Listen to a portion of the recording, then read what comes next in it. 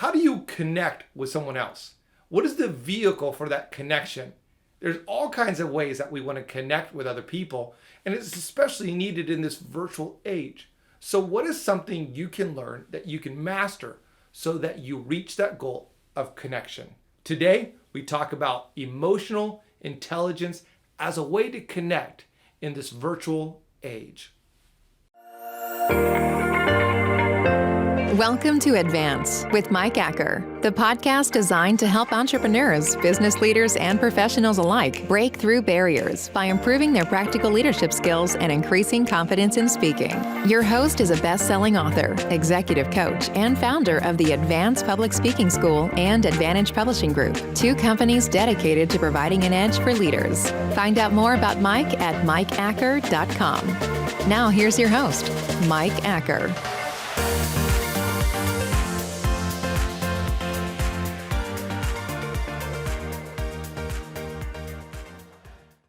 Anytime that we communicate to somebody, we want to make sure that we connect with them, whether that's a spouse or our kids or friends, or if we're a boss, a manager, CEO, and we're talking to our employees, or if we're an employee and we're talking to the rest of the company.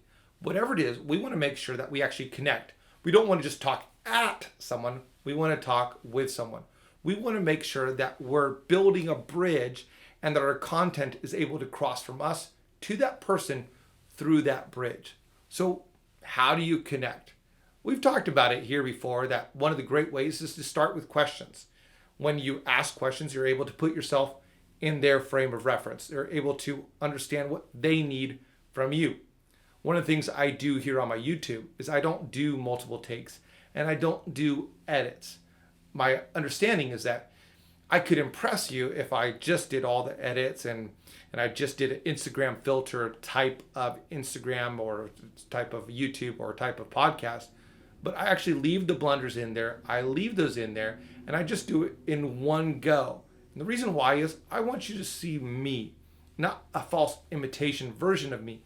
I want you to see me. I want you to hear my voice and not just a perfect rendition of everything. So one of the ways to connect is just being you and even allowing people to see you as vulnerable. So there's multiple ways to connect. One great vehicle for connection is something called emotional intelligence.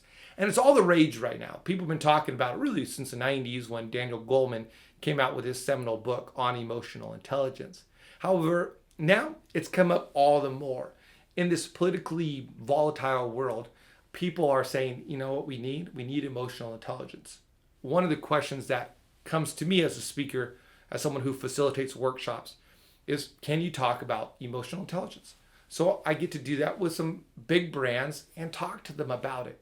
If that's something you need, would love to talk to you about that as well. But what I want to give right here is a primer on emotional intelligence. So you can be thinking about how you can employ this so that you can build that bridge to the people that you're trying to talk to. So what is emotional intelligence? Really, emotional intelligence is something that starts here and then it builds a bridge to connect with people out there. It's being aware of here, and it's then using the awareness that we have here to empathize and connect with people out there. Simply put, it's self, connect, others. That's the way I perceive the 5 different aspects of emotional intelligence. I'm going to walk you through a quick survey of emotional intelligence and give you some thoughts on how you can increase it. Now, as you notice right here on the screen, the first thing says self. So much starts with self. Leadership of others starts with leadership of self. How can you expect to draw the best out of others if you're not drawing the best out in self? Have you ever gone to a physical trainer, a coach per se, and they are not in shape? You're thinking, wait, if you can't discipline yourself, if you're not a couple steps ahead of where I am, how are you going to help me? I want the person who's training me to be a couple steps ahead of where I'm at in that journey. Likewise, if we have a moral leader or a parent, we're hoping that that person is taking care of themselves before they're trying to take care of us. What happens when you get on the airplane? When the oxygen masks come down, what does the flight attendant say? Put it on yourself first. Really, emotional intelligence doesn't mean that you put this into practice for them, it means that you first start and put it into practice for you. How do you do that? Well, the first three aspects of Daniel Goleman's work on emotional intelligence is all about self. EI starts with self. Self-awareness, self-regulation, and then self-motivation. Self-awareness means that you need to be aware of the emotional space that you take up. Now, right now on the screen, you see that I have a box around me. I got to be aware of where I'm at in this physical space, or what will happen. I'll disappear behind or off the side. And how distracting would it be if the whole time I'm talking to you like this? No. I need to be aware of the space. Sometimes when I'm on stage, I'll literally have a box that lets me know if I'm in the spot I need to. When I coach TEDx, what happens? There's that circle that they need to stand in. You need to be aware of the physical space when you're speaking, but really when it comes to leadership, relationships, connection, talking, really anything in life, you need to be aware of the emotional space. So how do you do that? Some just quick ways I've jotted down there is to be a good observer of yourself, maybe even to record a journal of your emotions. There's some simple ways to do that, some great journals online. There's a 5-minute journal you can download for your phone and just keep track of it. There's also something called the emotion wheel. I love to use this when I'm talking about this with people. And it really points out that there's more emotions than just sad, angry, frustrated, happy. There's so many more emotions. And sometimes we don't know the labels. And so we get caught just saying I'm frustrated or I'm mad.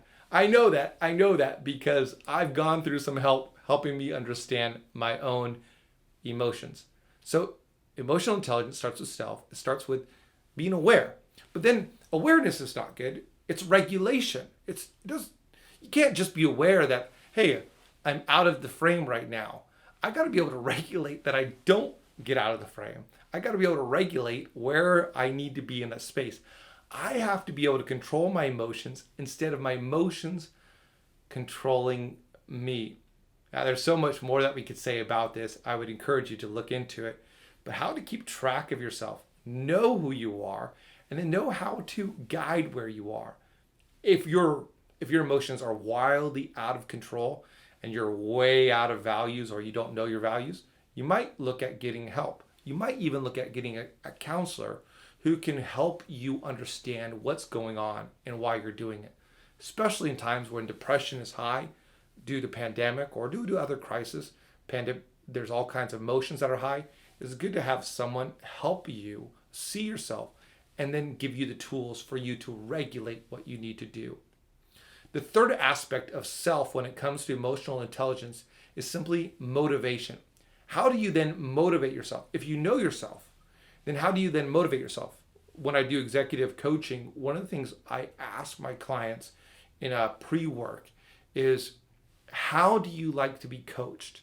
See, I find that most people know what motivates them, and then they'll tell me, and in the process of telling me, they're actually reminding themselves of how they work best. I know that it motivates me to get up early in the morning and to have a routine. I did a whole video on making my bed in the morning. If I have a routine in the morning, that motivates me to go throughout the rest of the day. So it starts with knowing yourself, regulating yourself, and then motivating yourself. Emotional intelligence starts with yourself. But then there's a bridge.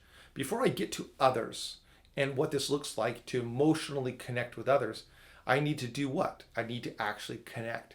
How do you connect with someone else? How do you build that bridge? Keyword, empathy. Really to feel with that person. How do you feel with another person? I'll give you 3 ideas here and I'll walk you through. But I would just say that right now, especially in America, now I know I actually have people who are watching this around the world. I love seeing the analytics, and I see people in Russia and all across Europe and all over the world. In fact, the client I had right before this filming was in France, and I've been doing a lot of work with a lot of French citizens, so it's really been a lot of fun. So I realized that when I say it's needed in the United States, it's really needed everywhere. We're really citizens of the world. To be able to feel with someone else.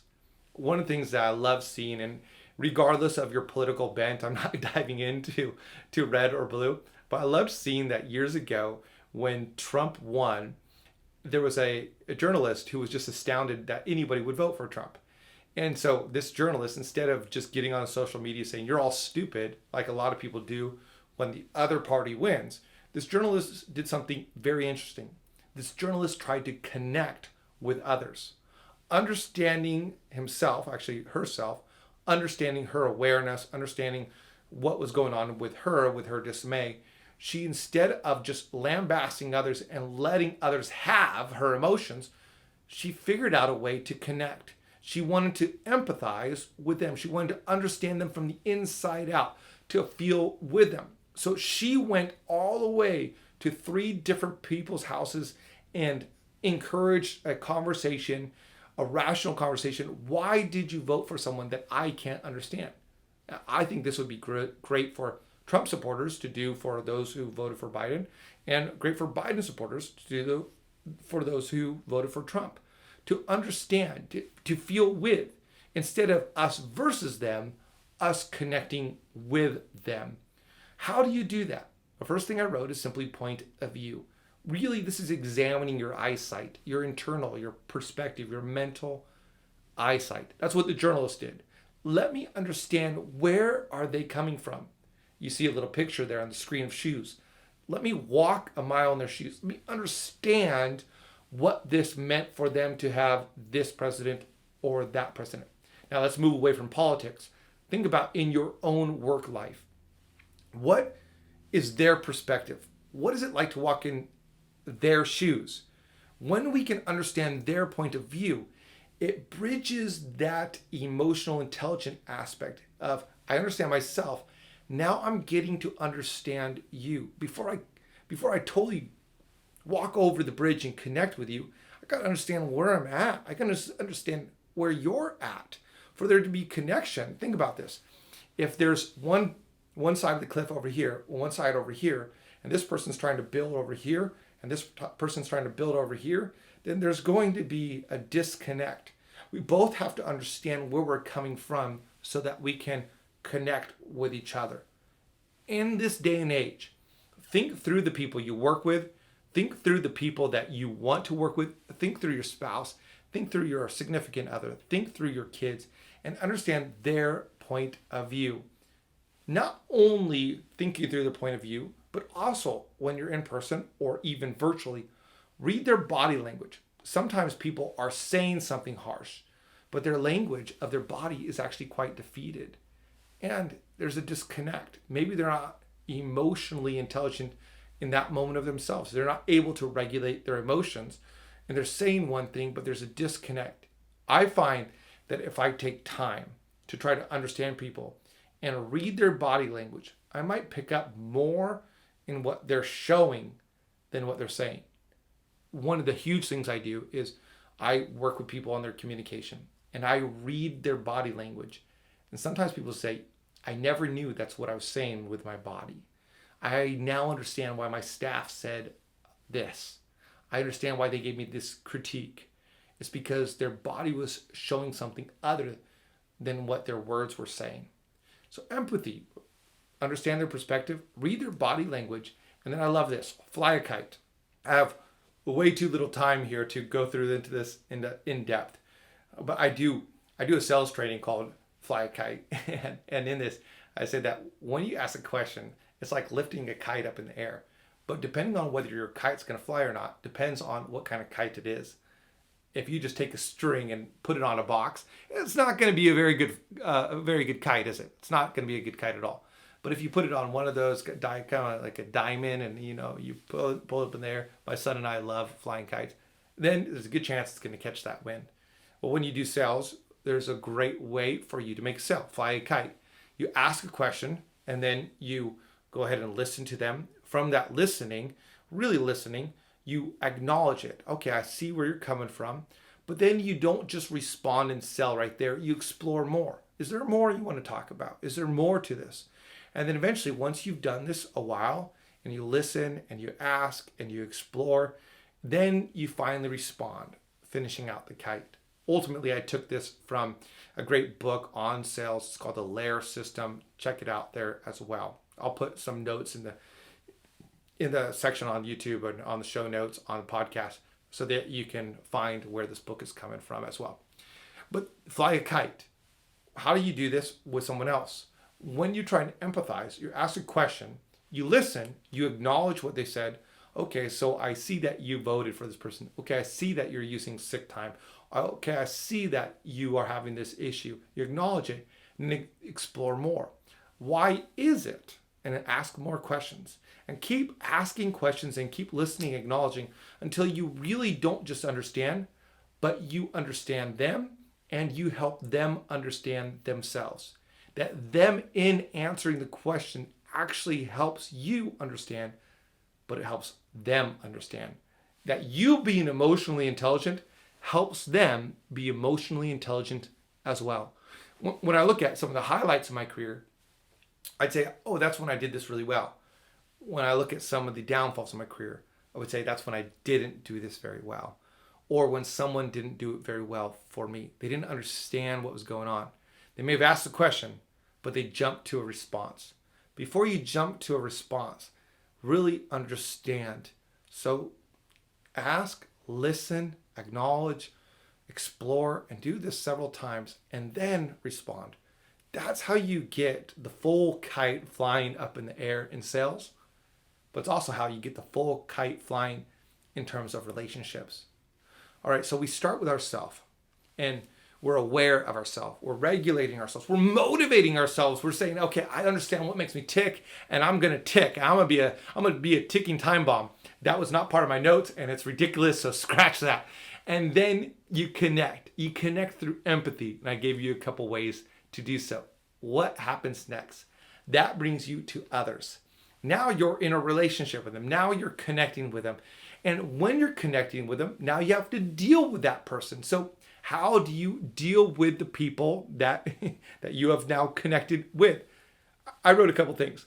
Not always are they going to like you. Not everybody's going to like me.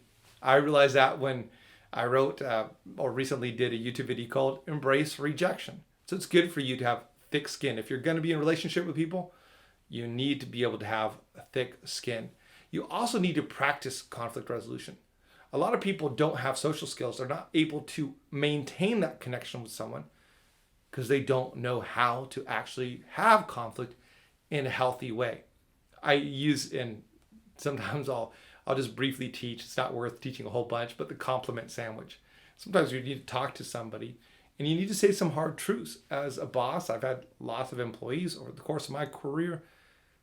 So let's compliment them. Let's give them that confrontational conflict piece right there. This is what needs to change. And then let's compliment them again. Let's build them up more than really tearing them down. And even in the middle, it's constructive criticism. It's not just, hey, you're miserable. And the last part I wrote is in your social skills. In that, now you've built that bridge and you're with that person, make sure that you're practicing assertive communication. That emotional intelligence starts with self, it builds a bridge, and then when you're with that person, it employs social skills such as these. So assertive communication is where you're not being aggressive like the guy on the phone at the top right. You're not being passive like a doormat that just lets people walk over him. And you're not being passive aggressive, which is confusing. People don't know what you're saying. So you're telling me what right here? You told me I did a good job, but it doesn't seem like it. And you're just hoping people pick up on the clue. But instead, social skills says you practice assertive communication. You say what you mean, and you mean what you say. Now I'm talking to myself right here because I have been the king of passive aggressiveness at different times. My wife would tell you. I will say that I work on being assertive. Say what I mean and mean what I say. This is emotional intelligence when it comes to communication and connection. That I want to be aware of myself. I want to build the bridge and get over to the others that I'm talking to. Reach my audience, my employees, my staff. And then when I'm with them, I want to practice social skills to maintain that emotional intelligence. So good just being aware of myself, regulating myself. I need to do this in the presence of others and with others. That is what emotional intelligence looks like. So I would highly encourage you to take some time to maybe rewatch this, share this with a friend, maybe put it on pause as you go through, and take away a couple key areas that you want to dive into more. If you want, you could set up a call with me. We can do a short confidence call. That's what I call them. Just at advance.as.me/confidence. And we could dialogue. Come to that session ready, and so that we can dive into something with you.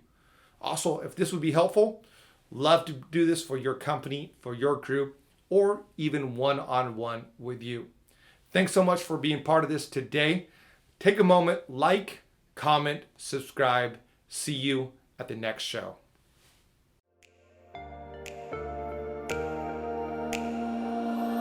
Thanks for listening to Advance with Mike Acker, a podcast designed to provide an edge for leaders through improving practical leadership skills and increasing confidence in speaking. Mike is a best-selling author and business owner who has helped many leaders increase their skills and their confidence, propelling them to new heights in their personal and professional endeavors.